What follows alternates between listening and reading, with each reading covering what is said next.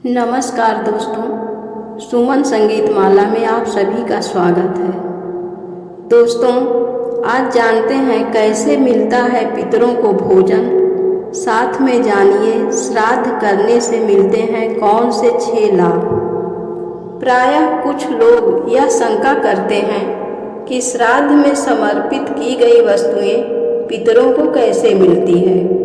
कर्मों की भिन्नता के कारण मरने के बाद गतियाँ भी भिन्न भिन्न होती हैं। कोई देवता, कोई पितर, कोई प्रेत, कोई हाथी, कोई चींटी, कोई वृक्ष और कोई तृण बन जाता है।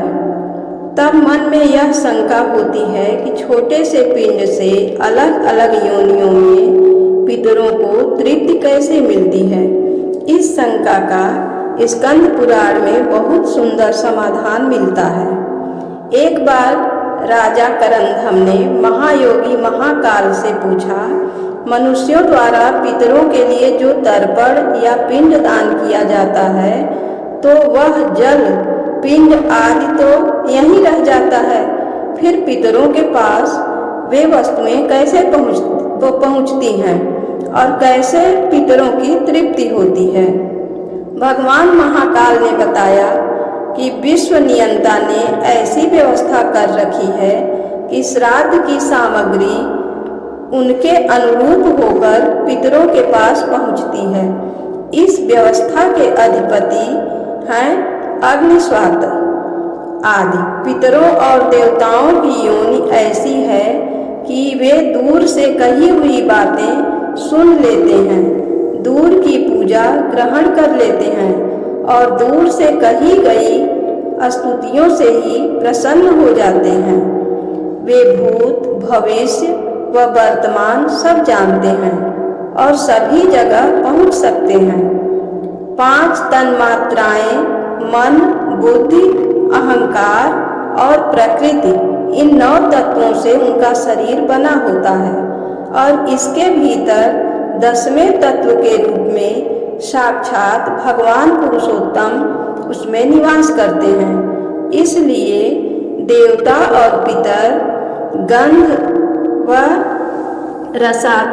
रसा तत्व से तृप्त होते हैं, शब्द तत्व से तृप्त रहते हैं और स्पर्श तत्व को ग्रहण करते हैं।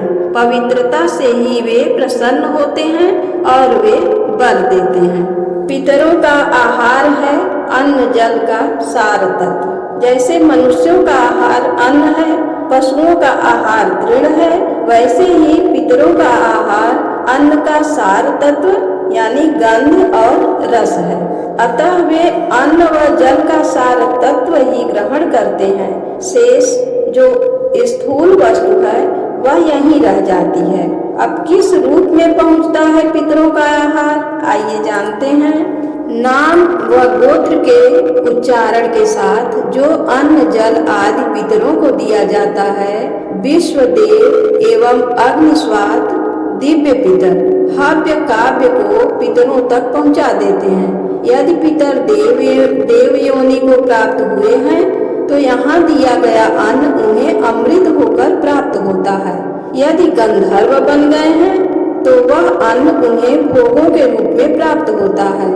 यदि पशु योनि में है तो वह अन्न तृण के रूप में प्राप्त होता है। नाग योनि में वायु रूप से, यक्ष योनि में पाल रूप से, राक्षस योनि में आमिष रूप में, दानव योनि में मांस रूप में, प्रेत योनि में रुधिर रूप में और मनुष्य बन जाने पर भोगने योग्य तृप्तिकारक पदार्थों के रूप में प्राप्त होता है।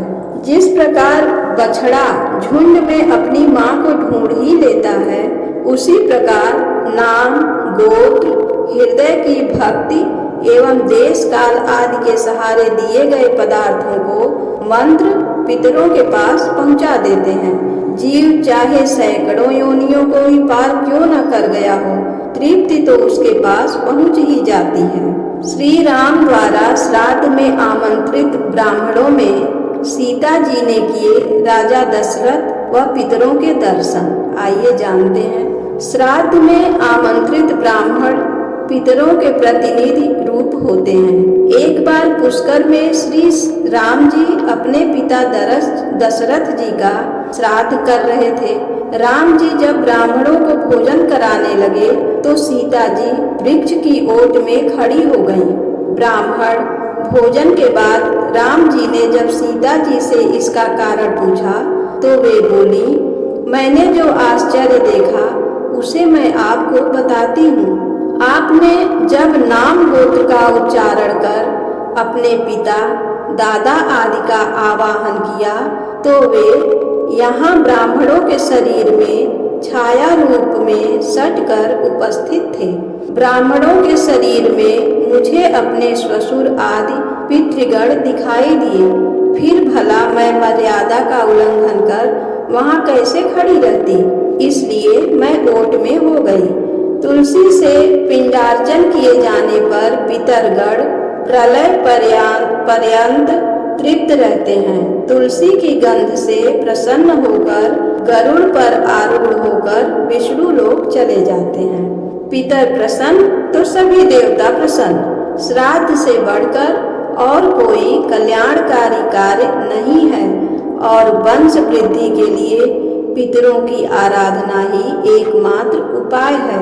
आयु पुत्रान यशः स्वर्ग कीर्तिम पुष्टिम बलम श्रियम पशुन सौख्यम धनम धान्यम प्राप्नुयात् पितृपूजनात् यमस्मृति श्राद्ध प्रकाश।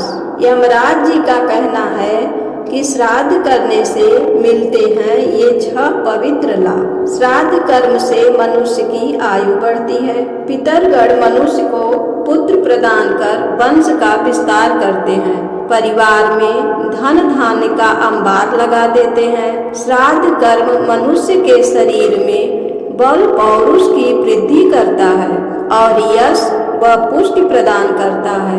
पितरगण स्वास्थ्य बल श्रेय धन धान्य आदि सभी सुख स्वर्ग व मोक्ष प्रदान करते हैं। श्रद्धा पूर्वक श्राद्ध करने वाले के परिवार में कोई क्लेश नहीं रहता, वरन वह समस्त जगत को तृप्त कर देता है। थैंक यू दोस्तों, आपको कैसा लगा कमेंट में जरूर बताएं। धन्यवाद।